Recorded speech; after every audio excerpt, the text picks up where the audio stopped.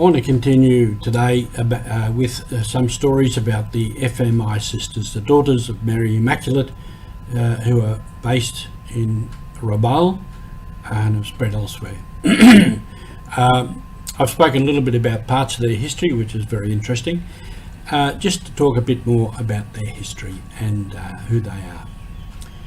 This is Mission Alive, your Roger from the MSC Mission Office. In some ways, the stories of the FMI reflects the story of what went on in that mission in that part of the world. How it began from small beginnings to grow into something greater, and was tied to the place and the time, as the church always is. We're in a certain place, we're in a certain time, and we're governed by that. For example, in that area of the world, the first colonial government to go there was the Germans. And we also then put German priests there and sisters. Then came the war, and the Australians took over after the war under the League of Nations. Then the Japanese came. Then the Australians came back under the United Nations. So it was a change of government. So the church had to change in all of that. But just to get back to the FMI sisters, some reflection on their life. In the beginning, the photo on the left is a photo of the people at that time. And as you can see, the life was very, very basic in terms of clothing, shelter, food. Their beliefs were full of all kinds of sorcery and superstition and magic. I don't like using the word primitive because that's a judgmental word. Their life was very, very basic and very, very different to the European life, and very, very different to the Christian life and the life of the church. So in that context, Bishop Coupe decided to form a religious congregation. Now normally in that society there was no question. Women simply grew up, got married, had children, did the gardening, did the cooking, looked after the kids. That was life. Now in that, Coupe decides he's going to take some of these young ladies and make them into religious, train them, form them to be religious. Their habit, the first habit as there, very, very simple. But already that habit marked them as something different within the population.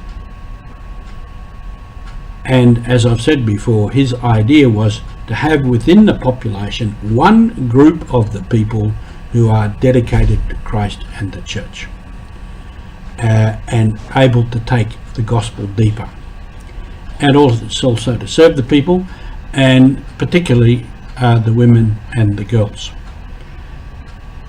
That was the beginning. As time went on, some of the sisters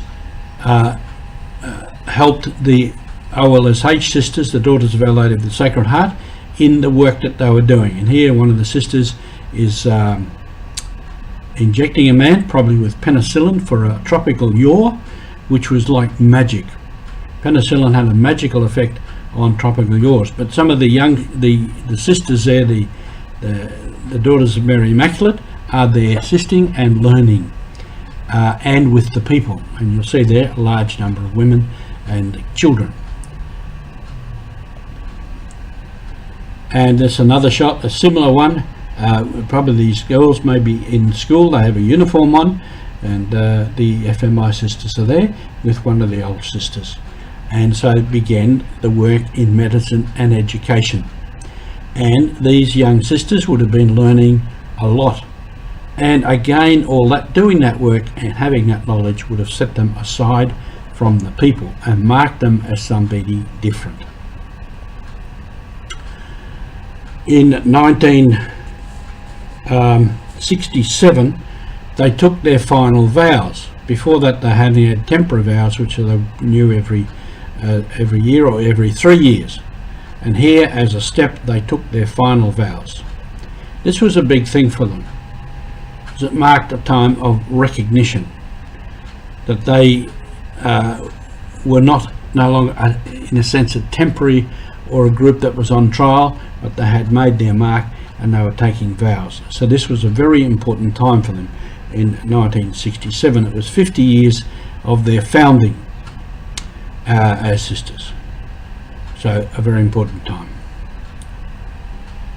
And there's another one of them with their final vows. And you note too that their habit has changed. It has developed a bit more, which again is a mark of them developing, and they have a different self-image, and it's a distinctive habit and a distinctive look for them. And then, as I said too, after the Second Vatican Council, they took on training. There they are as nurses, and there they are as teachers. And as nurses there and teachers, they are marked too by their profession, and they dress accordingly, and they would have been known accordingly as teachers and nurses. So this was a big step forward in them and in their mission, and the mission of the church in that area. So this is the way mission develops, and many of those sisters have gone on to greater education, even doctoral degrees, professors at the Teachers College and other jobs. And this is part of our mission. Thank you for being with us.